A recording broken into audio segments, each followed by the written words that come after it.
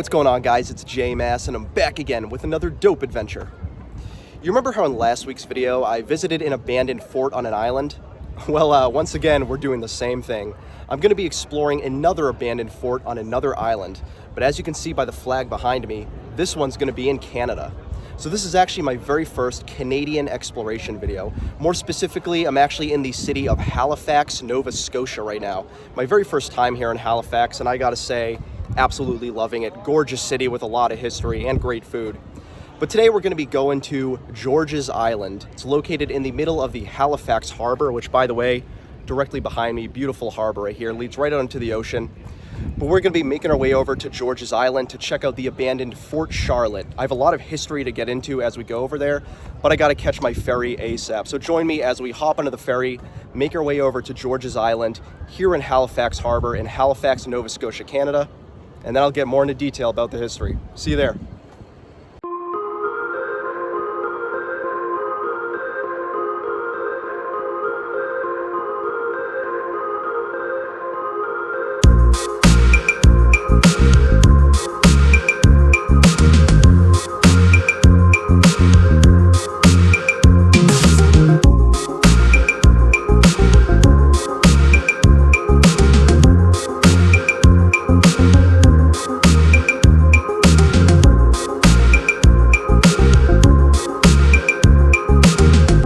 Alright guys, so we've officially made it over to George's Island, and that was a lovely ferry ride. Great views of Halifax Harbour and the city skyline, which you can see directly behind me right now. Absolutely beautiful. So I am here in George's Island, and we're going to get started and explore the island as well as Fort Charlotte, an 18th century fort that's been through many wars and engagements throughout its history. I'm really excited to get into the history and show you guys the fort. Again, this is my very first time here as well. That being said, I do want to mention it is very crowded here. It's actually early July as I film this video. Beautiful summer day, and as a result, crowded. Lots of people have come to this island. So I'm not going to be doing my usual vlog style video. Instead, I'm going to be showing off the fort and giving you guys a voiceover narration as I touch on the history and such. So still going to be showing you guys the island, given all the history, but it's just going to be in a different way than I usually do. That being said, guys, before we get started, I do want to say if you love urban exploration, checking out abandoned sites, traveling New England and beyond, and in this case, Halifax, Nova Scotia, Canada, well, I'm always doing that on the channel. So feel free to subscribe to the channel. I want to give a major shout out to all my channel members. You can see them all right here. You guys are awesome, and I'd love it if you too, viewer, became a member of the channel. You'd be supporting me and the channel directly, and I truly appreciate it. Or you can follow me on Instagram at JMassOfficial. That's at JMassOfficial. But yeah, guys, we're going to get started and explore George's Island here in the middle of Halifax Harbour in Halifax, Nova Scotia, Canada. Pretty excited to see what's going on here. Already loving it. Look how scenic this island is. So yeah, let's walk around, check it out, and as I browse this area, I will be giving you guys the history of Fort Charlotte, George's Island, and I'm sure a little bit of Halifax itself, so let's do it. George's Island is located in Halifax Harbour, entirely within the city limits of Halifax, Nova Scotia. Before we delve into the history as it relates to European settlement, it is important to acknowledge that the island was used by the indigenous Mi'kmaq for many years. They called the island Alpakwitk, which translates to water splashed on it by the waves. By the late 17th century, the French had arrived, naming the island Île à la Raquette, which translates to Snowshoe Island. It would soon become part of the French colony of Acadia in New France. The island was briefly involved in the Duc d'Anville expedition of 1746, which saw the French Navy attempt to recapture the fortress of Louisbourg in northeastern Nova Scotia from British colonists who had taken it. This attempt failed, and Jean-Baptiste de la Rochefoucauld, the Duc d'Anville who led the expedition, died shortly after. He was soon buried on Île à la Raquette. In 1749, the British had arrived in the area, settling in what would soon become Halifax and establishing it as a crucial naval port city. The island, which was still being referred to as Île à la Raquette, was renamed to George's Island that same year in honor of King George II. The following year, 1750, saw the island's first fortifications constructed.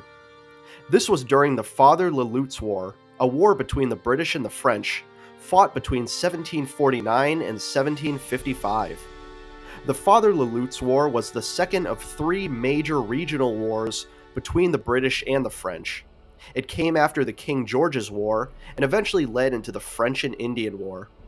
Clearly, it was a tense time for the two colonial powers, thus prompting the British's fortification of George's Island.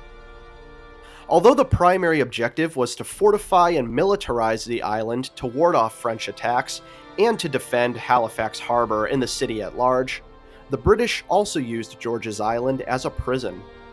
During the French and Indian War, which was a regional conflict that was part of the Greater 7 Years' War, the British imprisoned hundreds of Acadians on the island, effectively functioning as an internment camp. Throughout the war's duration, between 1754 and 1763, upwards of 900 Acadians were imprisoned and forced to endure harsh conditions before being deported. It was also used to imprison thousands of French sailors following the action of 8th June 1755, also known as the Battle off Cape Race in nearby Newfoundland. As the American Revolution exploded in 1775, the fortifications on George's Island were improved and expanded as a precaution. This would remain so for many years until 1793, at the start of the French Revolutionary Wars, when plans for Fort Charlotte were officially realized.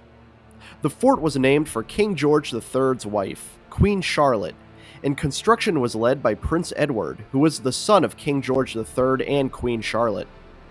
The fort became part of the Halifax Defense Complex, a network of coastal fortifications around the Halifax Harbour, including the Halifax Citadel, York Redoubt, Fort McNab, and the Prince of Wales Tower. Fort Charlotte, which was completed in 1798, became a crucial component of this defense system. Throughout the following decades, Fort Charlotte saw many major improvements, upgrades, and expansions. These were often due to high tensions with the United States, including during the War of 1812 between 1812 and 1815, and the American Civil War between 1861 and 1865. By the 1870s, Fort Charlotte had become a much stronger defensive force, consisting of a labyrinth of tunnels beneath it, and equipped with much stronger artillery and armaments. Between 1873 and 1876, the British constructed Fort Charlotte's submarine mining establishment, which allowed the deployment of defensive submarine mines throughout the harbor. In 1906, the British Army officially left Halifax, followed by the Royal Navy, leaving Fort Charlotte to the Government of Canada. Although the fort had decreased in importance due to the modernization of artillery and warfare, it was nonetheless remilitarized and stationed by troops on the onset of World War I in 1914. During the war, the Canadian garrison artillery managed the fort and the island at large, and anti-submarine nets were placed from shore to shore to keep German U-boats at bay. The fort remained occupied until the war's end in 1917. World War II would become the last war to see troops stationed on George's Island. Between 1939 and 1945, it serviced anti-aircraft defenses, the last time the site was militarized. Following the war's end, it was decided that Fort Charlotte was no longer needed for the defense of both Halifax Harbour and the city of Halifax. In 1965, it became a National Historic Site of Canada, and George's Island is now open to the public for exploration. You can access the island through the Ambassador's Grey Line ferry service, which operates 5 days out of the week during the summer months. Overall, I had a great time exploring both Fort Charlotte and George's Island. As you've seen throughout the video thus far, there are many old ruins and remnants left behind, from crumbling concrete batteries, to iron cannons and weaponry, to brick buildings of varying importance, to whatever the hell this spinny thing is. Seriously, what is this thing? I don't know. Despite how crowded the island could get with each ferry arrival, I nonetheless enjoyed my experience walking through this historic fort. I liked how educational the island was. You could find informational plaques and exhibits everywhere, detailing the history for curious visitors. There were many accessible structures on the property, many of which were buildings you could walk directly inside. Take this forge, for example, which still has a fireplace and chimney left behind. There was also this artillery store, which was empty, but still cool to witness. However, my favorite abandoned building, still left behind and accessible, was the married officers' quarters. This brick building was quite large in size, at least compared to the others, and served as a living space for, you guessed it, married officers and their spouses. The site also had gorgeous views of the Halifax skyline, which were directly across the harbor from it. Yo guys, it's a JMass again. Just interjecting for a quick second. We're actually going to take a look inside the married officers' quarters. You can actually go inside here, which is pretty cool. So why don't you join me really quick as we take a look, and then I'll continue on with the history.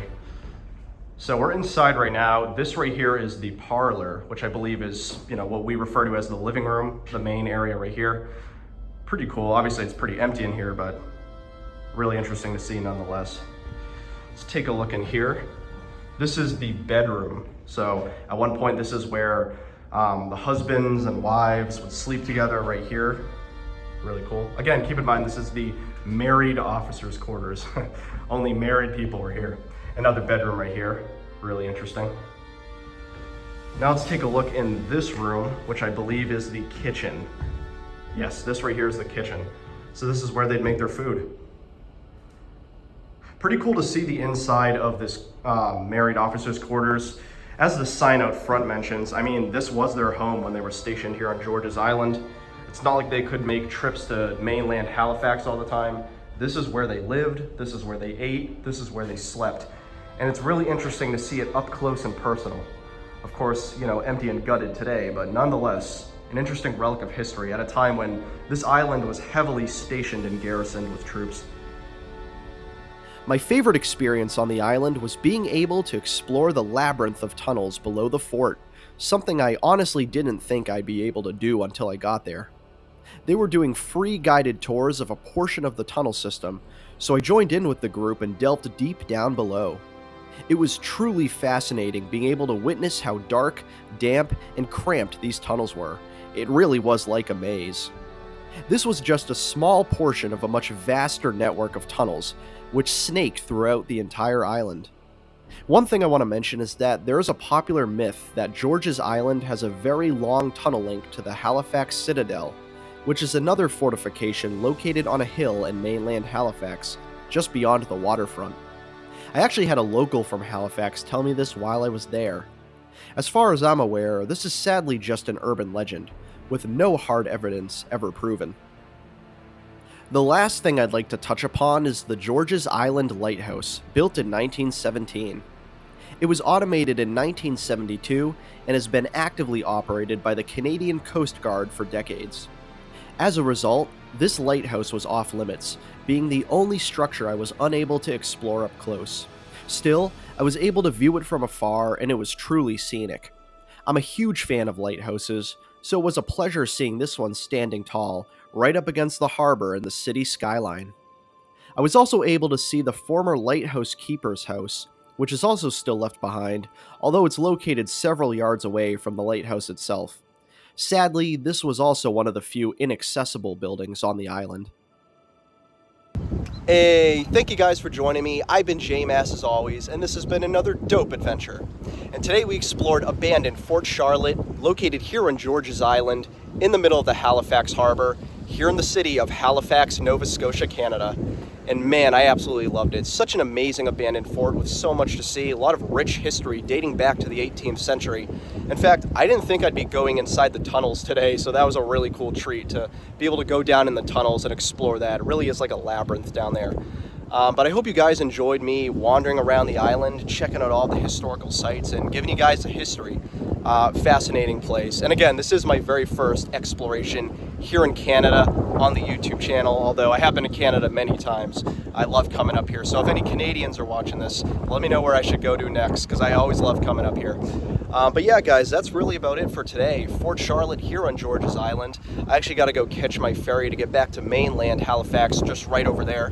So I'm going to be leaving in a few, but as always, guys, my name is JMass. If you love urban exploration, checking out abandoned sites, traveling New England and beyond, once again, like Canada, Well, I'm always doing that on the channel, so feel free to subscribe to the channel. I want to give a major shout out to all my channel members right here. You guys are awesome, and I'd love it if you too, viewer, became a member of the channel. You'd be supporting me and the channel directly, and I truly appreciate it. Or you can follow me on Instagram at JMassOfficial. That's at JMassOfficial. Man, you can tell the wind is really coming in right now. My hair is a mess. But yeah, guys, this was George's Island here in Halifax Harbour. Wonderful place, absolutely lovely. Loved wandering around and checking it out. So I'm gonna head back to mainland Halifax, try to figure out where I'm gonna go for lunch today. I'm thinking seafood maybe. Should I do that? Let me know down below. Should I get seafood? I probably will. I'm a huge seafood guy. All right, I'll catch you guys later. See ya.